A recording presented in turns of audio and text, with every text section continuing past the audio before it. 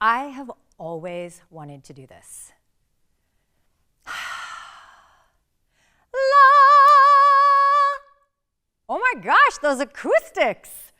Don't worry, Vermont. The Lane Series is kicking off here at Recital Hall at UVM, but yours truly will not be performing. Want to know who is? My expert today knows all the inside info. So let's go talk Lane Series. Hello, Vermont. Ready for a bit of Lane Series trivia? Don't worry, I'm not going to sing again. In its 70-year history, the acclaimed concert series has only had 4 directors. That beats Fence. I am the 7th in 70 years. But it speaks to the labor of love that is the Lane Series. And indeed, my guest today has been with Lane for nearly 30 years, managing the series for 16 years before becoming the director in 2012. Natalie Neuert is also a senior lecturer in UVM's program of music, where she teaches undergraduates the business side of the performing arts. Maybe you're grooming the next Lane Series director. It's possible. So Natalie, welcome. Very glad to have you here. Thank you. Let's start out. I actually want to talk a little bit about you, because you have spent your entire working life in the performing arts, on and around stages. What do you love about live performance? Well, I feel like live performance has even become more important because it's a collective experience. You never know what's going to happen. It's not predictable like so much of our life. Yep. It's not controlled by AI or technology. There is no algorithm, right? There is no algorithm, right? I mean, well, there's algorithms connected to it, believe me. Everybody knows what your taste is. But, you know, it's eye-opening, and it's satisfying, and it's entertaining, and it's awe-inspiring. You know, I'm also a tennis player, so you know when you watch a Roger Federer, you watch this person, you think like, how many hours did it take him to accomplish this? And you know, so few people can do it. You feel the same way when you watch like a first-rate pianist or classical violinist. I agree, and I also really love the sensation of being in a crowd and experiencing the music all together. Oh yeah. Yeah, that sense of like the collective thrill that runs through the crowd. Okay. The gasp. Yes, the gasp. So what is so special in particular about the Lane Series? Well, the Lane Series started right at the beginning of touring live music in the United States. So we're right there when the business launched. And as such, we were able to bring really extraordinary artists over these 70 years. We are unique, I think, in many ways because we're multi-genre, which you see less and less of nowadays. So there's classical music, there's jazz, there's folk music, there's extremely diverse music. And it was that way from the beginning, which is amazing. You look at these early seasons, artists from all over the world, artists of all ethnicities, artists of all languages. It's really something. Well, do you remember your first Lane performance? Like, what was the first show you saw?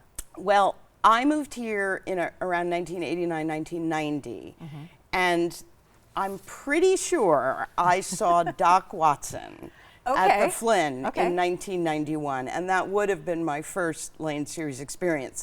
I'm saying sort of remembering because he also played many times when I worked for the Lane Series, so they all blend together. But that helped hook you. Oh yeah, I mean, this was the best job ever when I was hired as manager, so I didn't direct or choose the artists until much later. But, Yeah. Well, I had no idea that the Lane Series was such a pioneer in live touring music, right? I mean, it was actually your predecessor, I think, that brought it to the Recital Hall. Before that, like you said, it was at the Flynn. It was also at Memorial Auditorium. Who have been some of the acts? Well, it was really mostly at Memorial Auditorium until the mid-'80s, which is when it came up to campus, because the Recital Hall was built in the mid-'70s, and by the mid-'80s we were ready to sort of bring it back to campus. But those years in the 50s, 60s, 70s, which probably many of your watchers may remember, there were really huge acts. And the business was very different, so you could tour major symphony orchestras. So we had the London Symphony, the Moscow Symphony, the Cleveland Symphony Orchestra, the Chicago Symphony. You know, now that would be literally impossible to do. You want to see those symphonies, you go to those cities. So that, but also popular artists. The Lane, you know, they worked with students on the committees, so they knew what was coming, because kids always do. So we had Simon and Garfunkel, and we had Ike and Tina Turner. Wait, and why was it so different? I mean, like, what's different now and then about booking acts? Like, why were these artists so accessible? The economics were different. Okay. Also, remember, I'm selling 300 tickets. They could sell, you know, 2,500 tickets. I mean, the prices were pretty low, actually, shockingly. Although I've never brought them into today's dollar, they may be fairly equivalent. So they were selling 2,500 seats. That's one big difference. And the economics was different. Things weren't unionized.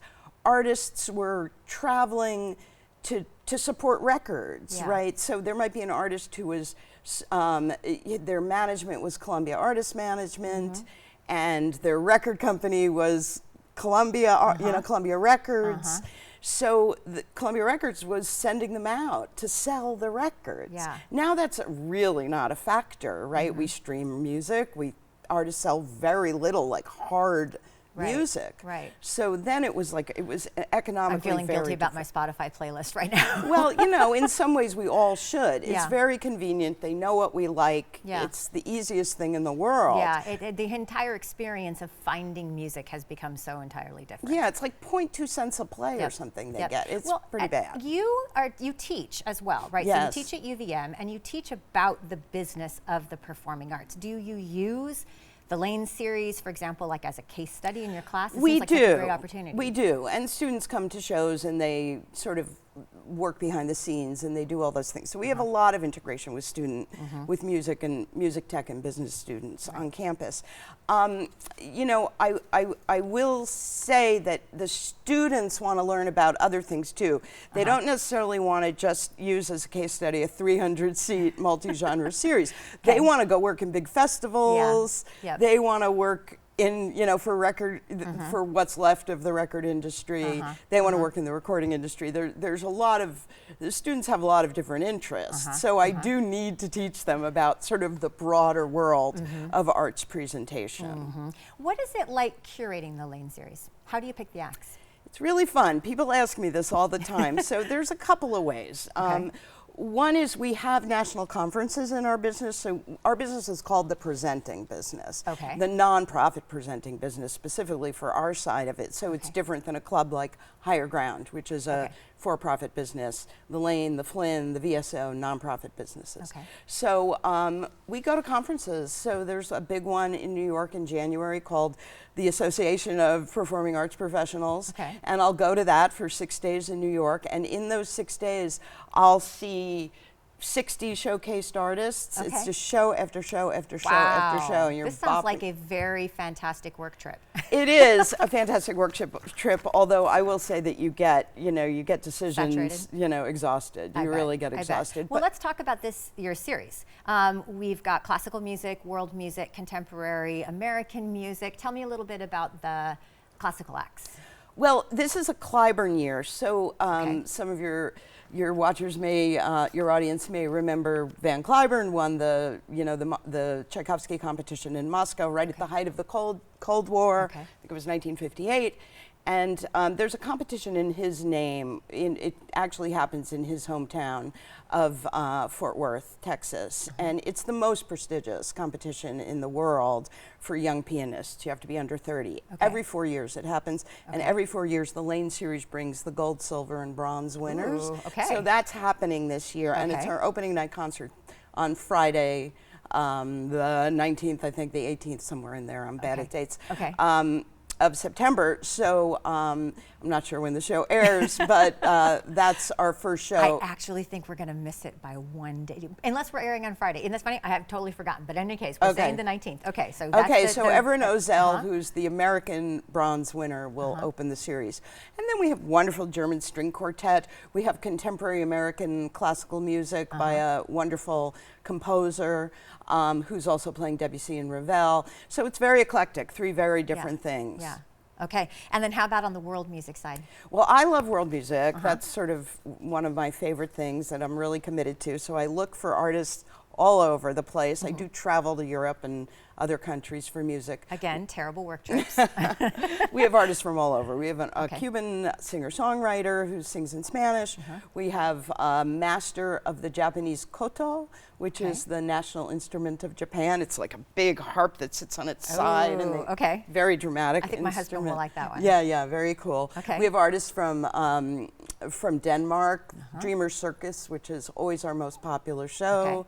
So we have artists coming from all over the world. Okay, Dreamer Circus, is that one of the contemporary American acts? Or? No, they're Danish. Okay. And who's contemporary American that's coming this year? Because I know there's a band that has already sold out. That's Dreamer Circus. It is Dreamer Circus. Oh, yes, okay. But they're not American. But they are not American. They're Danish. Okay. And their music Popular is Danes. Scandinavian. Okay. All right. They're unbelievable. And so who are the American acts that are going to be on? Let's see. We have an incredible a cappella group from Boston, actually, called Windborne, who are doing. This is coming around the Christmas season. The Christmas season, Yay, yes. okay. They're doing like Holidays. a kind of solstice holiday show. Oh, that's going to be very secular show. Beautiful singing. I really recommend people go to our website and watch the clip. That show is close to sold out and will sell out. Okay, so all right. So you just heard it. You want to get those tickets right now as you're starting to make your winter plans. Yeah. Okay. So we only have a couple seconds left, but I do want to see, can you name your favorite act from over the years? Well, I would say I can't do it from over the 30 years I've worked for the Lane Series, but recently we had the Berkeley World Strings, and they were playing with Mike Marshall and Darrell Anger, who are really famous bluegrass and sort of jazz bluegrass musicians. And to see those young, accomplished players on stage with these older, sort of mature players playing this original music that was arranged for them by their cellist and conductor, Eugene Friesen.